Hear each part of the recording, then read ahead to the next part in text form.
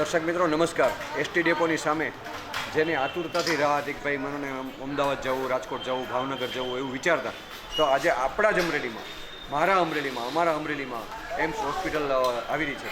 અને AIIMS hospital અત્યારે start થઈ ચૂકી છે. એમ્સ હોસ્પિટલ એમનો વિચાર છે કેરિંગ ઓવર કલ્ચર. અને અમરેલી LFP એ એમ્સ હોસ્પિટલ અમે કરી રહ્યા છીએ. હૃદયની લગતી તમામ સારવાર થશે. મુખ્યમંત્રી અમૃતમ મહાકાળ યોજના, પ્રધાનમંત્રી જન આરોગ્ય યોજના, PM જય આરોગ્ય સહાયતા કેન્દ્ર પણ છે. વિનામૂલ્યે પણ અહીં સારવાર થઈ શકે છે. જેવી કહેવાય કે જેની દવા પછી DDT, એસિડ, ફિનાઇલ વગેરે નિદાન તથા સારવાર, સંશોધન, વીછી કરડવો, ઝેરી મધમાખી કરડવી કે પછી અજાણ્યો ડંખ હોય તો તમામ પ્રકારની સારવાર, રોગોનું નિદાન તથા સારવાર, ખેંચ, વાય, પક્ષઘાત, મગજનો હુમલો વગેરે મગજને લગતા રોગોનું નિદાન તથા સારવાર, દરેક પ્રકારની બ્લડ પ્રેશર છે, ડાયાબિટીસ છે, અહીં સારવાર થઈ ગઈ છે. એસટી ડેપોની સામે છે. તો ચાલો હું આપને લેટ્સ ગો અંદર આપને હું મુલાકાત આપીશ. ચોક્કસથી આપણે હોસ્પિટલ બતાવીશ. એમાં અત્યારે ડૉક્ટર રાકેશ સાલુંકે અને કેયુરાજ કોટડિયા જે physician and critical care specialist diabetologist જે આપણા અમરેલીમાં હતા, તો હોસ્પિટલની અંદર જઈ અને મુલાકાત લઈએ. પ્રથમ તો એસટી ડેપોની સામે એમ્સ હોસ્પિટલ આવેલી છે. તો અહીંયા રિસેપ્શન છે. આપો મને અમૃતમ કાર્ડ હોય કે તો ચોક્કસથી આપો રિસેપ્શનમાં વાતચીત કરી અને કાર્ડ આપી અને આપો વિનામૂલ્યે પણ એમ કે સેવા મેળવી શકો છો. સાથે સાથે 21મી સદીના જેને કંઈક એક્સરે, TMT, વોલ્ટરરૂમ જે છે એની મુલાકાત લઈએ કે અહીં જ એક્સરે કરાવવા જવાની કે બહાર જવાની જરૂર નથી. બધી વ્યવસ્થા છે A to Z. ખાસ કરીને અહીંયા જે દર્દીઓ દાખલ થઈ ગયા છે અને ICUની જરૂર પડતી હોય છે, તો ICUની અંદર એટલી જેને કહેવાય કે સારવાર સારી છે અને ખૂબ જ સારા એવા સાધનો ઉપલબ્ધ છે. તો ICUમાં ક્યારેક માનો ગંભીર પરિસ્થિતિ ઊભી થાય કે માનો ગંભીર પરિસ્થિતિ ઊભી થતી હોય ત્યારે રાજકોટ આપણે જતા હોય છે, ભાવનગર જતા હોય, તો રાજકોટ, ભાવનગર કે અમદાવાદ જવાની બિલકુલ જરૂર જ નથી હોતી. જે આપણા અમરેલી શહેરમાં જેને કહેવાય ICUના દરેક પ્રકારના અહીં સાધનો છે અને દર્દીની સારવાર થઈ છે. ખૂબ જ એમ કે આધુનિક સાધનો અહીં ઉપલબ્ધ છે અને 24 કલાક સેવા ઉપલબ્ધ છે. અને અહીં 3 કે 4 પ્રકારના દર્દીઓ છે અને અહીં જેને કહેવાય કે નર્સ છે, ડૉક્ટર છે, 24 કલાક અહીં હાજર હોય છે અને દર્દીની સારી એવી કેર લઈ રહ્યા છે. તો મને જેને કહેવાય કે હૃદયના રોગો છે કે પછી કિડનીના રોગો છે કે દરેક પ્રકારની રોગના જે સાધનો છે તે દર્દીની સારવાર લઈ રહ્યા છે. કેવી કામગીરી છે અહીંયા? સારી છે. અને આપણે જે મને આપને શું તકલીફ છે? બરાબર. અહીંયા એમ કે અત્યારે સારવાર લેવામાં કેમ સારું છે? ખૂબ સારું છે. આપણે દર્દીનો પણ રિવ્યૂ જાણ્યો અને ખૂબ સારી એવી કામગીરી કરી રહ્યા છે. અને દરેક પ્રકારના સાધનો જે 21મી સદીની ટેકનોલોજીના કે દર્દીને શું થાય છે, શું નહીં, એની કેટલી ઓક્સિજન છે, શું છે, એ ટોટલ સારવાર. વેન્ટિલેટર પણ ઉપલબ્ધ છે કે વેન્ટિલેટર માટે એકવાર કોરોનામાં જ્યારે લોકો એમ કે જગતા હતા કે ભાઈ આવા સાધનો અમરેલીમાં નથી, તો આવા સાધનો પણ અમરેલીમાં ઉપલબ્ધ છે કે વેન્ટિલેટર છે કે એને કઈ રીતે મેનેજ કરવું, કઈ રીતે એને ઉપયોગ કરવો, કઈ રીતે દર્દીની સારવાર મળી શકે તે માટેની સારી એવી કામગીરી છે. પછી ECG પણ મશીન એ ઉપલબ્ધ છે. અને જેને કહેવાય કે અત્યારે દાદા જમી રહે છે અને દર્દી તરીકે સારવાર લઈ રહે છે. શું દાદા, શું તમને આપણે તકલીફ છે? આપણને શ્વાસ ચડે છે. બરાબર. ફ્રેક્ચર પેલા થઈ ગયા. બરાબર. એટલે હવે અત્યારે મને સારવારમાં કેમ સારું છે? કેમ સારું છે. કેવી છે કામગીરી? સારું. સારી છે. સારી સિસ્ટમ ધન્યવાદ. બરાબર. બરાબર. દીકરી એમ કે સારી સેવા કરી રહી છે. બરાબર. વાહ ભાઈ. કયું ગામ દાદા? કયું ગામ તમારું? અમારું ગામ લાચા. બરાબર. કેમ સારી સારવાર છે? અત્યારે સારી તમને નિદાન થઈ ગયું છે? નિદાન સારું. દર્શક મિત્રો આપ જોઈ રહ્યા છો કે આધુનિક સાધનોથી જે બધા સાધનો છે અને એની સેવા પણ થઈ રહી છે. અને અહીં એમ કે બેન સારી એવી સેવામાં અહીંયા સતત હાજર હોય છે અને સારી એવી કામગીરી કરી રહ્યા છે. અને 21મી સદીના જે સાધનો જેને કહેવાય કે માનો ને આપણે રાજકોટ, ભાવનગર જતા હોય તો સ્ટર્લિંગ છે, દરેક હોસ્પિટલ એ આપણા અમરેલીમાં જોવા મળશે. Amber TV news, Manoj Sedani, AIMS hospital, Amreli.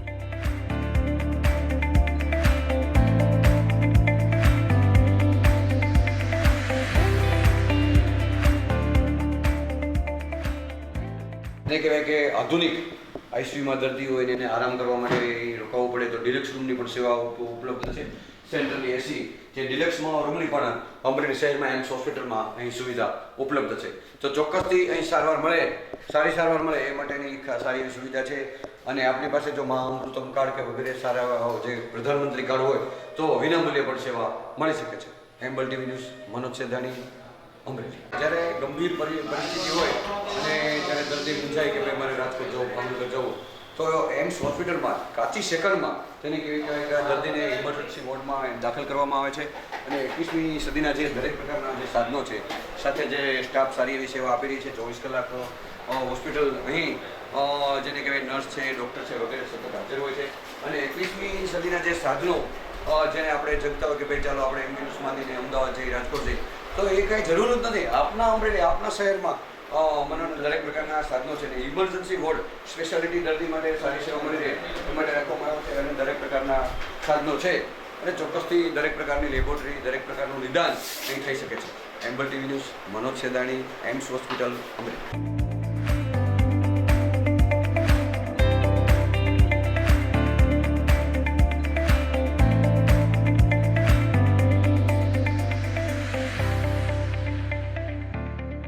જેને કહેવાય કે કોરોના કે ગંભીર પ્રકારના દર્દી હોય જેને રેસ્ટ્રિક્ટેડ એરિયા હોય કે ચેપી રોગ પણ બની શકે છે, તો એ અમે ગંભીર પ્રકારની જે મને સુવિધા ઉપલબ્ધ કરવાની છે કે ભાઈ મને દરેક પ્રકારની કેર લેવી, કાળજી લેવી, તો અહીં એમનો સેવા ઉપલબ્ધ છે. એમના સ્પેશિયલ સ્ટાફ દ્વારા કામગીરી થઈ ગઈ છે. અને જે દર્દી દાખલ છે જેને કહેવાય કે ઇન્ટેન્સિવ ક્રિટિકલ કેર યુનિટ, જેને આઈસીયુ કહેવાય, કે જે ગંભીર પ્રકારના રોગો હોય તો એની સારવાર થઈ શકે તે માટેની પણ સેવા ઉપલબ્ધ છે. તો એ આપ જોઈ રહ્યા છો. અને જે ગંભીર પ્રકારના રોગો છે હોય તો સારી એવો સ્ટાફ, ડૉક્ટરો વગેરેની સેવા ઉપલબ્ધ છે અને તેમની સારવાર એની ચાલી રહી છે. તો મને જે 21મી સદીના જે સાધનો છે, જે અમદાવાદ, ભાવનગર, રાજકોટ આપણે જતા હોય ત્યારે એમ કે ભાઈ ત્યાં જવું છે તો એ ક્યાંય જવાની જરૂર નથી. આપણા અમરેલી શહેરમાં છે અને દર્દીની સારવાર ચાલી રહી છે. અને એમનો જે એમ્સનો જે સ્ટાફ જેને કહેવાય કે સારી એવી કે દર્દીની કેર લઈ રહી છે. અને આ જેને કહેવાય કે ખૂબ જ ગંભીર પ્રકારનો એરિયો કહેવાય, એમાં જે દર્દીની સારામાં સારી સારવાર થઈ રહી છે કે દરેક પ્રકારની દવા આપી, એમને કઈ રીતે કેર લેવું, સ્ટાફ અહીં 24 કલાક ઉપલબ્ધ હોય છે. અને દરેક પ્રકારના સાધનો અહીં છે. દવા છે કે પછી મનોને બાટલા ચડાવવા કે કંઈ પણ પ્રોબ્લેમ હોય તો આ એક સ્પેશિયલ વોર્ડ એનો બનાવવામાં આવ્યો છે કે જેને કહેવાય કે આઈસીયુ લેવલ 3. આઈસીયુ લેવલ 3 એટલે એમાં દરેક પ્રકારની સુવિધા, દરેક પ્રકારના સાધનો અહીં ઉપલબ્ધ હોય અને સાધનોને કઈ રીતે કેર કરી અને કઈ રીતે એને હેન્ડલ કરવા, તો એના સ્પેશિયાલિસ્ટ અહીં ઉપલબ્ધ છે. Amber TV news, Manoj Sedani, AIMS hospital, Amreli.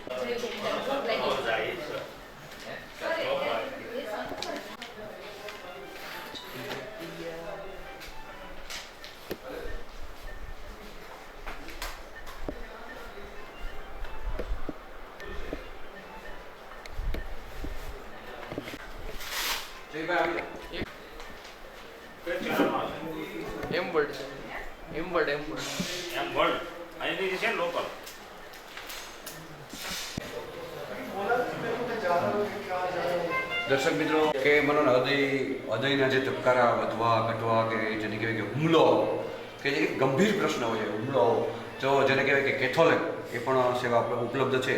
અને આપણા અમરેલી શહેરમાં એનું જેને કહેવાય કે ઓપરેશન થઈ શકે કે સારવાર થઈ શકે.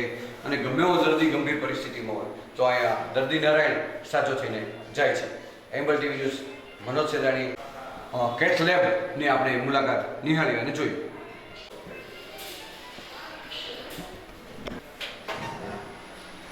દર્શક મિત્રો, તમને જેને કહેવાય કે કોન્સલાલ રૂમ્સ, બરાબર, એ જે ખાસ કરીને એની લેબ થઈ ગઈ હોય, જેની લેબોરેટરી દરેક પ્રકારની કરવાની આવે તો એવા સાધનો ઉપલબ્ધ છે. અને દર્દીને કઈ રીતે ટ્રીટમેન્ટ કરવી, દરેક પ્રકારના સાધનો 21મી સદીને લગતા અહીં સેન્ટરની એસીમાં રાખવામાં આવ્યા છે. કે દર્દીના જે જમ્સ છે કે પછી એની લોહીના કેવા પ્રકાર છે કે કયા કયા એવી એનાલિસિસ માટેની સ્પેશિયલ લેબોરેટરી અહીં ઉપલબ્ધ છે. Okay, thank you.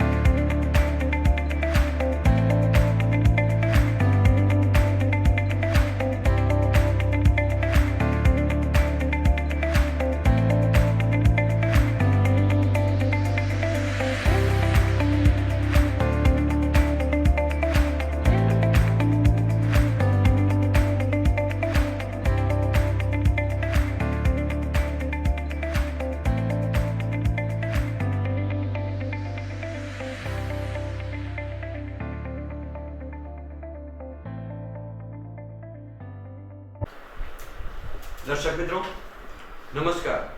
આજે એક અમરેલી શહેરમાં જેને કહેવાય કે દરેક સુવિધા સાથે, જેને કહેવાય આધુનિક સાધનો 21મી સદીના સાથે જે એમ્સ હોસ્પિટલ જે પ્રથમવાર અમરેલીમાં શરૂ થઈ રહી છે અને એસટી ડેપોની સામે આવેલી છે, તો એવા હોનહાર ડૉક્ટર કે જેને કહેવાય કે ડાયાબિટીસ છે, પછી વગેરે વગેરે રોગોના નિષ્ણાંત છે. તો પ્રથમ તો અમારા દર્શક મિત્રોને આપની ઓળખ, આપનો અનુભવ અને આપનો અભ્યાસક્રમ કહેશો. હું doctor Keyur Kotadiya, AIMS hospital Amreli. હું જનરલ ફિઝિશિયન, ડાયાબિટોલોજિસ્ટ અને ક્રિટિકલ કેર સ્પેશિયાલિસ્ટ છું. મેં મારું મેડિસિન અમદાવાદથી પાસ કરેલું છે, સ્ટર્લિંગ હોસ્પિટલથી. મારે ડાયાબિટીસની ફેલોશિપ કરેલી છે યુકેથી, અને ક્રિટિકલ કેરનો કોર્સ પણ યુકેથી કરેલો છે. આ મારો અભ્યાસક્રમ છે. અમરેલીમાં હું ફર્સ્ટ ડાયાબિટોલોજિસ્ટ છું કે જે અનકન્ટ્રોલ ડાયાબિટીસના દર્દી છે, કે જેમનું ડાયાબિટીસ કંટ્રોલ નથી થતું, એમનું ડાયાબિટીસ કઈ રીતના કંટ્રોલ કરવું. અત્યાર સુધી દર્દીને રાજકોટ કે અમદાવાદ જવાની જરૂર પડતી હતી, પણ હવે એવા લોકોને કે જેમનું ડાયાબિટીસ કંટ્રોલ નથી એ લોકો અહીંયા સારવાર લઈ શકે. બિલકુલ સર, અત્યારે ડાયાબિટીસ છે એ એટલો બધો ગંભીર રોગ થઈ ગયો છે. મને જે પેસ્ટોરેજ ખોરાક છે કે જે બાળકનું જેને કહેવાય કે કંટ્રોલ કરવું ખૂબ જ અઘરું થઈ ગયું છે, અને જે ખાણીપીણી છે, પછી બહારના જંક ફૂડ છે વગેરે વગેરે, આ પરિસ્થિતિના હિસાબે મને સામાન્ય ડૉક્ટરને બતાવે, પછી ઓલા ડૉક્ટરને બતાવે, પછી જેને કહેવાય કે 500 ઉપર ડાયાબિટીસ વિશે જ્યારે એક ચિંતાનો માહોલ થાય છે કે શું કરશું, અને એવી પરિસ્થિતિ ઊભી થાય છે. ત્યારે જેને કહેવાય કે ડાયાબિટીસને આપ જે કંટ્રોલ કરી શકો છો, જે આપ સ્ટર્લિંગ હોસ્પિટલ રાજકોટમાં પણ આપણે સારી સેવા આપી છે, આજે આપ અમરેલીમાં છો, તો એ કંટ્રોલ કરવા માટે દર્દીએ શું કરવું જોઈએ અને એની ગંભીરતા કયા કયા પ્રકારની દાખવવી જોઈએ? પહેલાં તો ડાયાબિટીસના દર્દીએ તમે જે ડૉક્ટરની ટ્રીટમેન્ટ અંડરમાં છો એમની સૂચનાનું, એમનું આજ્ઞાનું પૂરેપૂરું પાલન કરવું જોઈએ. ઘણી વખત ડાયાબિટીસનું પેશન્ટ પોતાની મેળે દવામાં ફેરફાર કરતું હોય, ઇન્સ્યુલિનના ડોઝમાં ફેરફાર કરતું હોય છે, કે આજે ગળ્યું નથી લીધું કે ઓછું જીમાં છે તો આપણે ડોઝ ફેરફાર કરી દઈએ, અથવા તો વધારે કંઈ ગળ્યું ખવાઈ ગયું છે તો કંઈ ડોઝ એક્સ્ટ્રા કરી દઈએ. એવું જાતે પહેલાં તો ફેરફાર ના કરે. છતાંય ડૉક્ટરની સલાહ મુજબ હાલવા છતાંય જો ડાયાબિટીસ કંટ્રોલમાં ન રહેતું હોય તો એવા દર્દીએ ખાસ ડાયાબિટોલોજિસ્ટનું કન્સલ્ટેશન કરવું જોઈએ, જેથી કરીને એમને ડાયાબિટીસ કંટ્રોલ કરવામાં એક્સ્ટ્રા હેલ્પ મળી શકે. અમે લોકો ડાયાબિટીસના દર્દીને, જે અનકન્ટ્રોલ ડાયાબિટીસવાળા પેશન્ટ જે રિફર થઈને આવતા હોય એવા લોકોને ખાસ લાઇફસ્ટાઇલ મોડિફિકેશન, ડાયટ થેરાપી, એમનું BMI અને એમની એક્સરસાઇઝ, એમનું જે રેગ્યુલર વર્ક છે, ફિઝિકલ એક્ટિવિટી, એના હિસાબે ડાયટ ચાર્ટ બનાવી આપતા હોય છે, જેથી કરીને જમવાનું શું લેવું અને શું ના લેવું એ પણ મોટો ભાગ ભજવે છે ડાયાબિટીસ કંટ્રોલમાં. જેથી કરીને મોટે ભાગે અત્યારે 90% ડાયાબિટીસના દર્દીઓને એ ખ્યાલ નથી હોતો શું જમવું શું ના જમવું. એટલો જ ખ્યાલ હોય છે, ડૉક્ટરો બી એટલું જ કહે છે ખાંડ ગોળવાળી વસ્તુ ના લો, ગળ્યું ના થવું. તો એનાથી દર્દીનું કોઈ સમજાતું નથી કે એનામાં શું ના લેવું એમ, કે દરરોજ રોટલી ખાવી, રોટલો ખાવો, એ પણ એમને ક્વેશ્ચન હોય છે કે રોટલીમાં સુગર આવશે, રોટલામાં સુગર આવશે, રોટલી કરતાં રોટલો સારો. એટલે બેઝિક કન્સેપ્ટ ડાયાબિટીસ દર્દીનો ક્લિયર નથી હોતો, જેથી કરીને એમને જમવામાં ઘણી બધી અગવડતાઓ થતી હોય. કોઈ પણ પ્રસંગ હોય, પ્રસંગમાં જઈ ન શકે, જાય તો શું જમવું શું ના જમવું એનો ખ્યાલ નથી હોતો. જેથી કરીને એવા લોકોને ડાયટ થેરાપી, ખાસ ડાયટ પ્લાન આપવો જોઈએ. પ્લસ એમને એડવાન્સ ડાયાબિટીસની મેડિકેશન છે, જે લોંગ ટર્મ મોર્બિડિટી અને મોર્ટાલિટી, એટલે કે સપોઝ કે આજે તમે એ દવા ચાલુ કરો તો 10 વર્ષ પછી એ દવાથી કોઈ તમને કોમ્પ્લિકેશન ન થાય. પ્લસ ડાયાબિટીસના લીધે જે કોમ્પ્લિકેશન થતા હોય એ કોમ્પ્લિકેશન અટકાવે એવી દવા આવતી હોય છે. એ સામાન્ય દવા કરતાં થોડી મોંઘી હોય છે, પણ સરવાળે તમે 10 વર્ષનો સરવાળો ગણો તો એ તમને સપોઝ 10 વર્ષ પછી કોઈ કોમ્પ્લિકેશન થયું ડાયાબિટીસનું, તો એની જે દવા તમારે કરવી પડે એના કરતાં 10 વર્ષની કોસ્ટ ઓફ થેરાપી જે દવા અમે આપતા હોય એની ઓછી થઈ જાય સરવાળે ગણીએ તો. એ દર્દીએ સમજવાની જરૂર છે ખાસ, જેથી કરીને લોંગ ટર્મ એમને કોઈ ઇસ્યુ ન થાય. અને આમ જોઈએ તો ડાયાબિટીસ જે પેશન્ટને હશે તો એ બધા ઓર્ગનને ડેમેજ કરશે. આંખના પડદાથી લઈ હૃદય, કિડની, લીવર, પગની નસું, મગજ, બધા ઓર્ગનને અફેક્ટ કરશે. તો જો સારી દવા, સારા વ્યવસ્થિત ડોઝમાં અને નોર્મલ ડોઝ અને દર્દીને માફક આવે, કોઈ સાઈડ ઇફેક્ટ ન થાય, તો એમને લોંગ ટર્મ મોર્બિડિટી અને મોર્ટાલિટી પ્રિવેન્ટ કરવામાં બેનિફિટ થઈ શકે. પ્લસ એડવાન્સ ઇન્સ્યુલિન ચાલુ કરવું, એમને સમજાવવું કઈ રીતના લેવું, ઇન્સ્યુલિન લેવાની મેથડ, કેટલો ડોઝ રાખવો, કઈ રીતના ઇન્સ્યુલિન ભરવું, કઈ રીતના ઇન્સ્યુલિન આપવું, એ મેથડ બહુ જ અગત્યની છે કે દર્દી ચોક્કસપણે સાચી મેથડ સમજે નહીંતર એ દર્દી ઇન્સ્યુલિન લેતું હોય પણ જેટલા યુનિટ કીધા હોય એના કરતાં 2 થી 3 યુનિટ ઓછા લેતું હોય અથવા તો વધારે લેતું હોય. પ્લસ કઈ રીતના આપવું એ બી ખબર નથી હોતી. તો ઘણી વખત બ્લડમાં ઇન્જેક્શન આપી દેતા હોય જેના કારણે ઘણી વખત સુગર એકદમ ડાઉન થઈ જાય, પેશન્ટ સિરિયસ થઈ જતા હોય અને તરત જ હોસ્પિટલાઇઝ કરવા પડતા હોય દર્દીને. તો ઇન્સ્યુલિન કઈ રીતના લેવું, કેટલી માત્રામાં લેવું, ક્યારે લેવું અને ઇન્સ્યુલિન લીધા પછી શું ધ્યાન રાખવું એ બાબતો અમે એક્સ્ટ્રામાં જણાવતા હોય છે પેશન્ટને. પ્લસ ઇન્સ્યુલિન ટાઇટ્રેશન બહુ ઇમ્પોર્ટન્ટ છે કે ઇન્સ્યુલિન ચાલુ તો કરી દીધું પણ પછી ઇન્સ્યુલિનના ડોઝ વધારવો ઘટાડવો કઈ રીતનું કરવું, કઈ રીતનો ટાર્ગેટ રાખવો સુગર કે જેથી કરીને દર્દીનું સુગર ઝડપથી નોર્મલ થઈ શકે. પ્લસ એમને સુગર ઘટી જવી એટલે કે હાઇપોગ્લાયસેમિયાનું રિસ્ક પણ ના થાય એ ધ્યાનમાં રાખી અને ઇન્સ્યુલિનના ડોઝ સેટ કરવા પડે. તો એ બી અમે સેટ કરી આપતા હોય છે દર્દી. બિલકુલ. ઘણીવાર સાહેબ ડાયાબિટીસનું દર્દી હોય કે પછી એટલું બધું ગંભીર પરિસ્થિતિમાં હોય દર્દી, ત્યારે જેને કહેવાય કે આઈસીયુમાં દાખલ કરવો પડે અને આઈસીયુ 3ની કેટેગરી આપણી હોસ્પિટલ એમ્સ હોસ્પિટલમાં ઉપલબ્ધ છે. તો જ્યારે એમને એથી એમ્બ્યુલન્સ લઈને જાય અને પછી ઓછું ઓક્સિજન હોય પછી રસ્તામાં જ ગંભીર પ્રશ્ન બની જાય તો એ જે આપણા અમરેલીમાં, આપણા શહેરમાં કે મારું અમરેલી, અમારું અમરેલી અને જેને કહેવાય કે બીજા શહેરો કરતાં એકદમ કિફાયતી ભાવમાં આપો કરી આપો છો, તો જેને કહેવાય કે આઈસીયુ લેવલ 3 છે એ શું છે? આઈસીયુ લેવલ 3 મીન્સ આઈસીયુની ટોટલ ફેસિલિટી સોનોગ્રાફી મશીનથી લઈ વેન્ટિલેટર સાથે central oxygen line, central suctioning અને ક્રિટિકલ કેર સ્પેશિયાલિસ્ટની availability plus 24/7 qualified MBBS qualified medical officer અને બીએસસી નર્સિંગ અથવા તો જીએનએમ નર્સિંગવાળો ક્વોલિફાઈડ સ્ટાફ હોવો અને પેશન્ટની સ્ટાન્ડર્ડ ગાઈડલાઇન પ્રમાણે એસેપ્ટિક પ્રિકોઝન સાથે જે સારવાર થાય એ લેવલ 3 આઈસીયુ. અમરેલીમાં આપણે એમ્સ હોસ્પિટલમાં લેવલ 3 આઈસીયુની ફેસિલિટી અવેલેબલ છે. જેમ તમને કીધું કે ડાયાબિટીસ બહુ વધી જાય, પેશન્ટને સિરિયસ થઈ જાય, બેભાન જેવું થઈ જાય, એમને રાજકોટ કે અમદાવાદ લઈ જવાની જરૂર પડે, રસ્તામાં ઓક્સિજન ઓછો થઈ જાય અને ઘણા પેશન્ટ એક્સપાયર બી થઈ જાય છે. બિલકુલ. તો આવા પેશન્ટને આપણે અહીંયા દાખલ કરી શકીએ એમ્સ હોસ્પિટલમાં. એમને વેન્ટિલેટરની જરૂરિયાત ઊભી થઈ શકે તો બી વેન્ટિલેટરની ફેસિલિટી લેવલ 3 આઈસીયુ છે એટલે હોવાની. વેન્ટિલેટર મેનેજમેન્ટ કરવાવાળા ક્રિટિકલ કેર સ્પેશિયાલિસ્ટ ડૉક્ટરો અવેલેબલ છે, સારો સ્ટાફ અવેલેબલ છે અને મેડિકલ ઓફિસર ક્વોલિફાઈડ એમબીબીએસ લેવલના મેડિકલ ઓફિસર અવેલેબલ છે. તો આવા દર્દીને ઓછા ખર્ચે કે જે મેગા સિટી છે રાજકોટ, અમદાવાદ જે ખર્ચો થાય જે સારવારનો સ્ટાન્ડર્ડ સારવારનો એનાથી 50% રાહત દરે અહીંયા એમ્સ હોસ્પિટલમાં અમે સારવાર કરીએ છીએ. પ્લસ લેવલ 3 આઈસીયુમાં બીજી કઈ ફેસિલિટી અમે કયા દર્દીની સારવાર કરીએ છીએ તો કે એવા દર્દીમાં કોઈ પોઈઝન હોય, કોઈ કપાસમાં ચાટવાની દવા પીધી, કોઈ સેલ્ફોસ પીધો કે ફિનાઇલ પી લીધી, એસિડ પી લીધું, એવા કોઈ દર્દી હોય અથવા તો કોઈ પર્સન દવા છાંટતું હોય કપાસમાં કે કોઈ પણ ખડની દવા અને એમને ઘણી વખત શ્વાસ વાટે અથવા તો ચામડી વાટે બી લોહીમાં પડતી હોય એના લીધે બી તકલીફ થતી હોય તો એવા દર્દી છે. કોઈને વીછી કરડી ગયો, સાપ કરડી ગયો હોય, કોબરા સાપ કે પિંજેરી સાપ હોય, કોઈ ઝેરી મધમાખી ગળી ગઈ હોય અને એમને અચાનક જ સિરિયસ થઈ જાય એનાફાઇલેક્સિસ જે કહેવાય છે.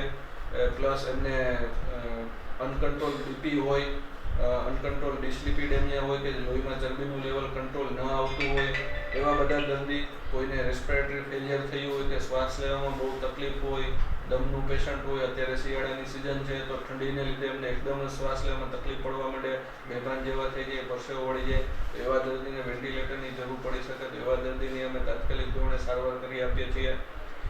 પ્લસ એ સિવાય કોઈ દર્દીને હાર્ટ ફેલ્યોર હોય, હૃદયની કોઈ તકલીફ હોય તો એવા દર્દીની સારવાર પણ ઉપલબ્ધ છે. આપણી હોસ્પિટલમાં સૌપ્રથમ વખત અમરેલી જિલ્લામાં ઇન હાઉસ એટલે કે 24 કલાક કાર્ડિયોલોજિસ્ટ અવેલેબલ છે. બીજી હોસ્પિટલ છે એમાં વિઝિટિંગ કાર્ડિયોલોજિસ્ટ છે, દિવસના અઠવાડિયાના અમુક ટાઈમે આવતા હોય છે. તો આપણી હોસ્પિટલમાં રાતે જે કાર્ડિયોલોજિસ્ટ અવેલેબલ હોય છે. કોઈ પણ પેશન્ટને હૃદયનો એટેક આવ્યો તો એન્જિયોગ્રાફી કરવી, એન્જિયોપ્લાસ્ટી કરવી એટલે કે હૃદયની રુધિરવાહિની જે બંધ હોય એને ખોલીને એમાં સ્ટેન્ટ બેસાડવું, સાદી ભાષામાં પબ્લિક સ્પ્રિંગ કહેતી હોય કે સ્પ્રિંગ બેસાડી, તો એ ફેસિલિટી પણ આપણે અવેલેબલ છે. અને રાતે ડૉક્ટર અવેલેબલ હોય તો રાતે બી થઈ શકે, એના માટે સવારની રાહ જોવાની જરૂર નથી. કોઈ દર્દીને રાતે દુખાવો થયો તો રાતે પ્રોસિજર થઈ શકે.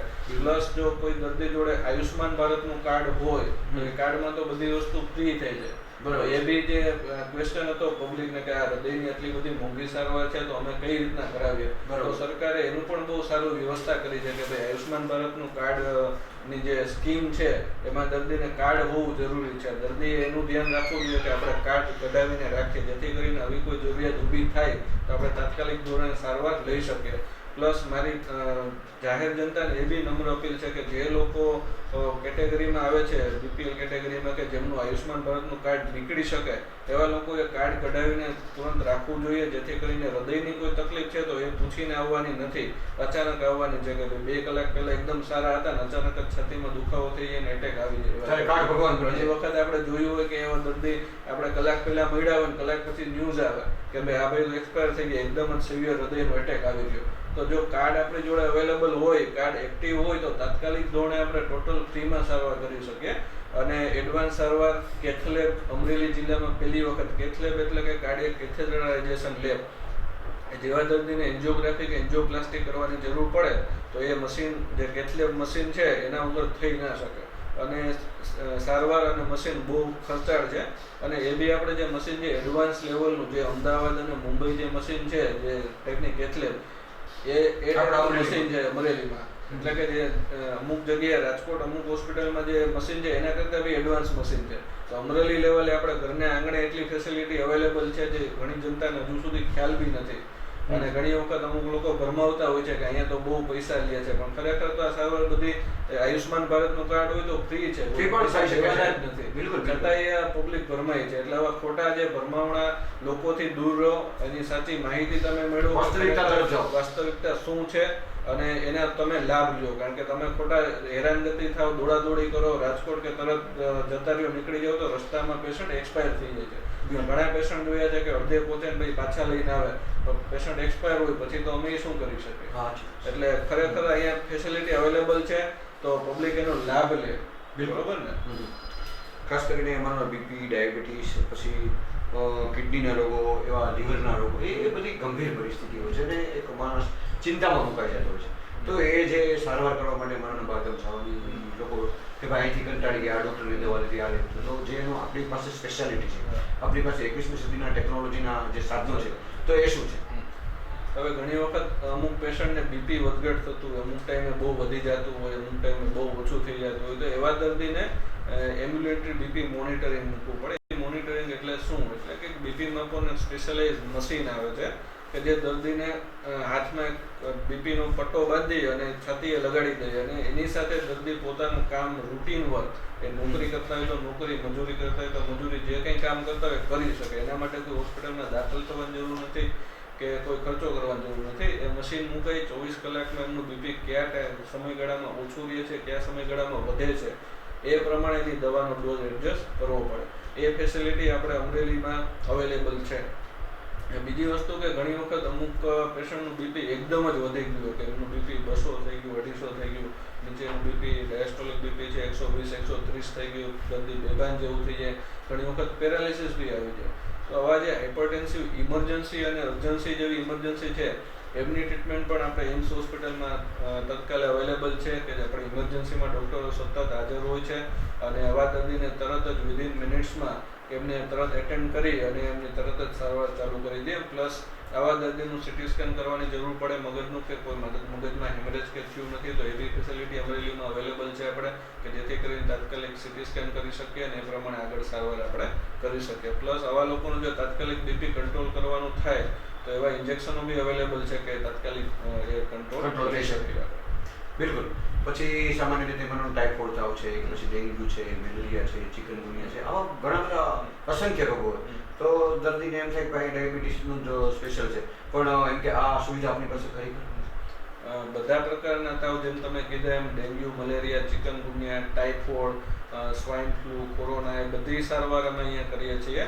પ્લસ એના માટેના સ્પેશિયલ સપોઝ કે કોઈ ઇન્ફેક્ટિવ રોગ હોય જેવો કે કોરોના છે, સ્વાઇન ફ્લૂ છે, તો એના માટેના સ્પેસિફિક આઇસોલેશન આઈસીયુ છે અમારી જોડે કે એ આઈસીયુમાં સિંગલ રૂમમાં આઈસીયુ હોય અને એમાં એક જ દર્દી હોય, બીજું કોઈ દર્દી ના હોય. એમનો સ્ટાફ, એમનો ડૉક્ટર એ પણ અલગ હોય કે જે એમનો સ્ટાફ કે ડૉક્ટર જે સ્વાઇન ફ્લૂ વાળું પેશન્ટ કે કોરોના વાળું પેશન્ટ જોતું હોય એ બીજા નોર્મલ દર્દીને ના જોવે. જેથી કરીને સ્વાઇન ફ્લૂ કે કોરોના જેવા ચેપી રોગ બીજા પેશન્ટને ફેલાય નહીં, કારણ કે આપણે જ જો ફેલાવશું તો પેશન્ટ શું કરશે. એટલે એની આપણે પૂરેપૂરી તકેદારી રાખવી જોઈએ કે આપણાથી અથવા તો હોસ્પિટલથી કોઈ દર્દીને કોઈ ચેપ જવો જોઈએ નહીં. અને હોસ્પિટલ એક્વાયર્ડ ઇન્ફેક્શન કહેવાય. જો કોઈ હોસ્પિટલમાં આવ્યા પછી અથવા તો સ્ટાફ મિસમેનેજ કરે અથવા તો એસેપ્ટિક પ્રિકોઝન ન રાખે સ્ટાન્ડર્ડ ગાઈડલાઇન પ્રમાણે, તો એક દર્દીનું ઇન્ફેક્શન બીજા દર્દીને લાગે. તો આપણે જોઈએ તો યુએસએમાં તો એવી ગાઈડલાઇન છે કે જો હોસ્પિટલ એક્વાયર્ડ ઇન્ફેક્શન થાય તો પેશન્ટ બી પૈસા ના આપે અને ગવર્મેન્ટ બી ના આપે, હોસ્પિટલને ચૂકવવા પડે. કે જે હજુ અહીંયા સુધી આવતા, આપણે ઇન્ડિયામાં આવતા તો ઘણી વાર લાગશે એ ફેસિલિટીને અને એ લેવલની આઈએસ આવવાને, બરોબર. છતાં પણ અમે અત્યારથી NABH ગાઈડલાઇન પ્રમાણે કોઈ દર્દીનું ક્રોસ ઇન્ફેક્શન ન થાય એનું પૂરેપૂરું ધ્યાન રાખીએ છીએ. પ્લસ આવા જે તાવ છે, ટાઇફોઇડ, ડેન્ગ્યુ, મલેરિયા, એની સારવાર તો કરીએ જ છીએ. પ્લસ એમાં જે સિરિયસ મલેરિયા છે, સેરેબ્રલ મલેરિયા છે, ઘણી વખત પેશન્ટ બેભાન થઈ જતું હોય, સિરિયસ કન્ડિશન થઈ જાય. ડેન્ગ્યુ, ચિકનગુનિયામાં બી ઘણી વખત એવું થતું હોય છે, ટાઇફોઇડના દર્દીમાં એવું થતું હોય. તો એવા ગંભીર જે પેશન્ટ થઈ ગયા હોય એમની બી સારવાર અમે આઈસીયુમાં કરીએ છીએ.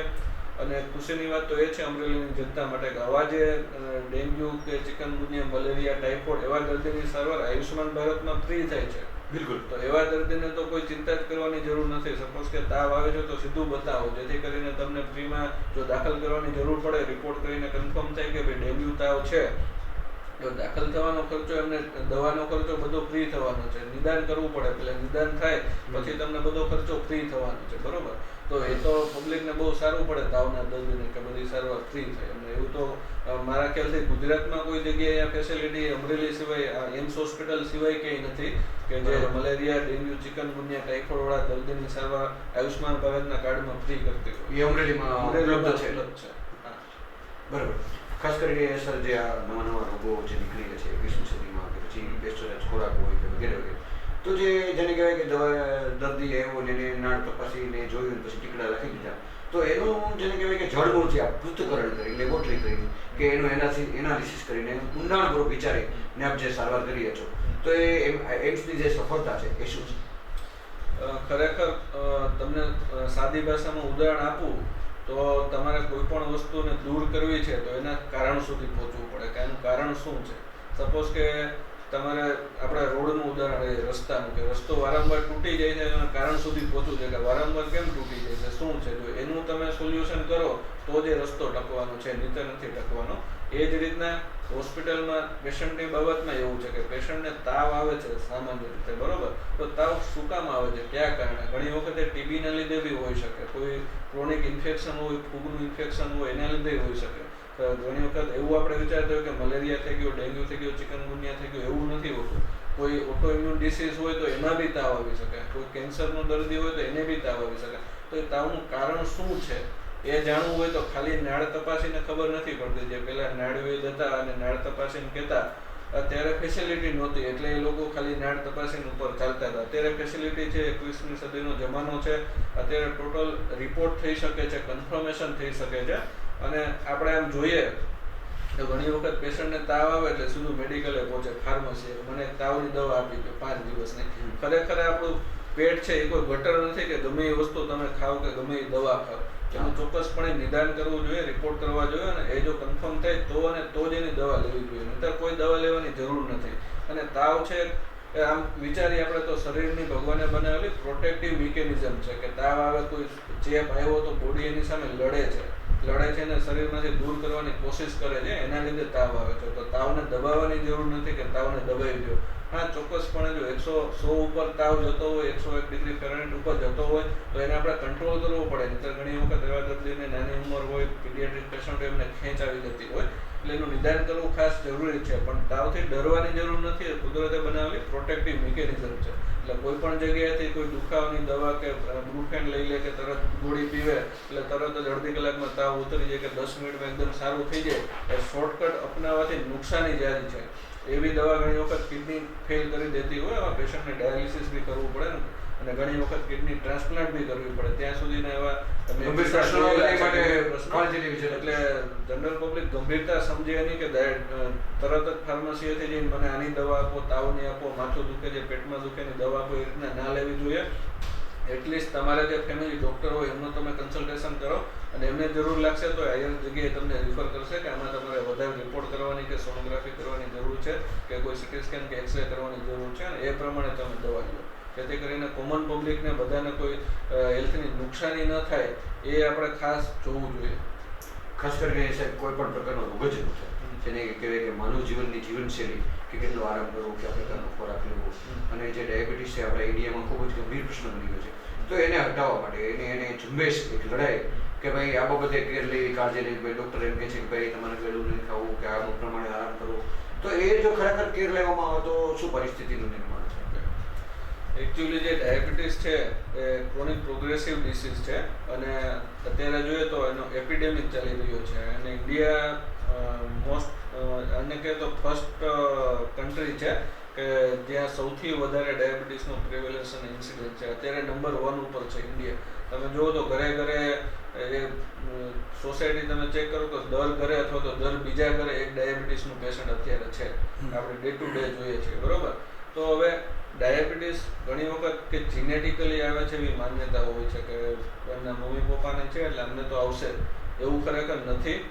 ડાયાબિટીસમાં એન્વાયરમેન્ટલ ફેક્ટર જે આપણું ઇન્ડિયાનું એન્વાયરમેન્ટ છે, આપણી લાઇફસ્ટાઈલ છે, સૌથી મોટો ફાળો આપે છે. જીનેટિક ફેક્ટર તો છે જ, નથી એવું નથી કહેતો હું, જીનેટિક ફેક્ટર છે, એટલા પ્રબળ નથી કે જેટલા આપણે લાઇફસ્ટાઈલ અને એન્વાયરમેન્ટને એને જે જીન એક્ટિવેટ કરવા માટે પ્રોત્સાહિત કરીએ છીએ જીનને, એવું નથી. એટલે લાઇફસ્ટાઈલ અને જો આપણે એક્સરસાઇઝ ને બધું ચેન્જ કરીએ, પ્લસ આપણો ખોરાક ચેન્જ કરીએ કે આપણે ખાવાની ટેવ હોય જંક ફૂડ વધારે ખાઈએ છીએ, પેકેટ ફૂડ કે બહારથી લઈને દુકાનેથી ચલો 10 રૂપિયાનો આ ચેવડો લઈને ખાઈ લીધો, બપોરે જમવું નથી, અથવા તો આપણે કામને લીધે કે ભાઈ જમવાનો ટાઈમ નથી તો આ વસ્તુ ચલાવી લેજો, પણ એ ખરેખર ખોટી વસ્તુ છે.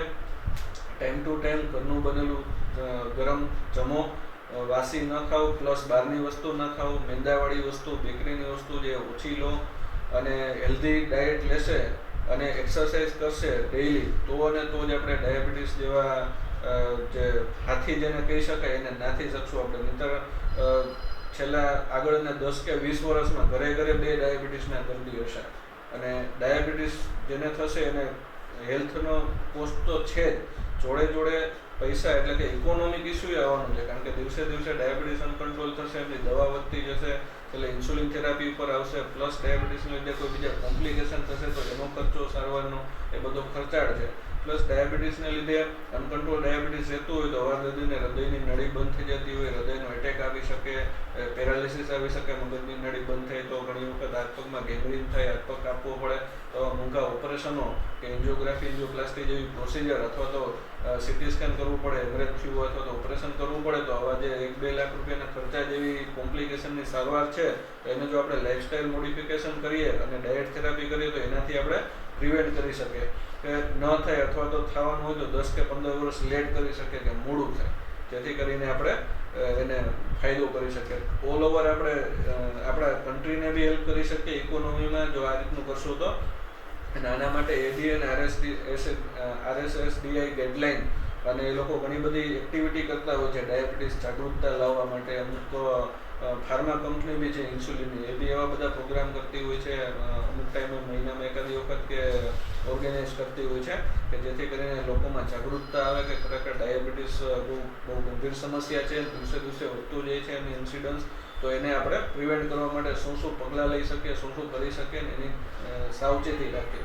તો આવી બધી ઘણી NGO સંસ્થાઓ પણ આવા બધા પ્રોગ્રામ કરતી હોય છે, તો એનો બી પબ્લિક લાભ લે.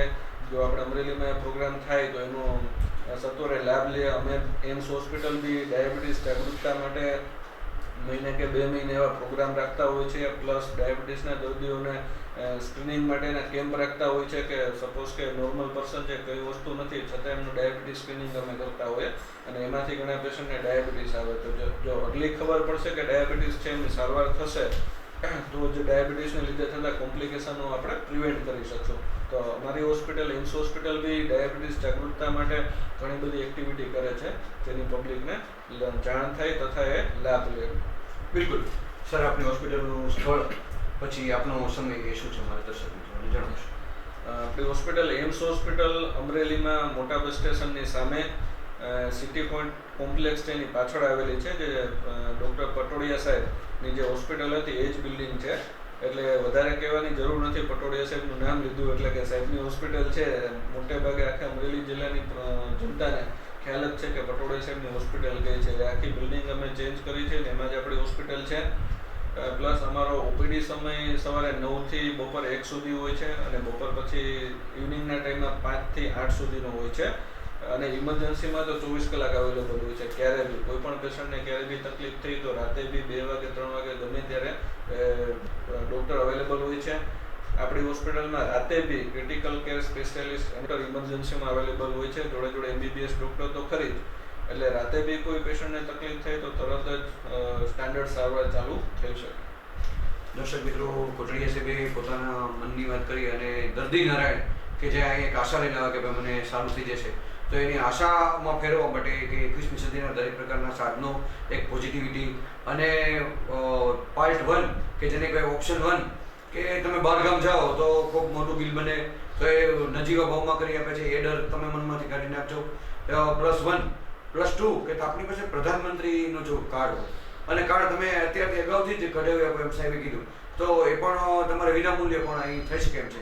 અને જેને કહેવાય કે દરેક પ્રકારની એક ઝીણી બાબતમાં એમ કે ધ્યાન આપી અમને એમ્સ હોસ્પિટલમાં કોરોનાના દર્દી હોય કે પછી મેલેરિયાના દર્દી હોય કે ડાયાબિટીસના દર્દી હોય કે લીવરના હોય કે સર્પદંશ હોય, દરેક પ્રકારની સારવાર અહીં થાય છે. Amber TV news, Manoj Serani, AIMS hospital, SD ડેપોની સામે અમરેલી.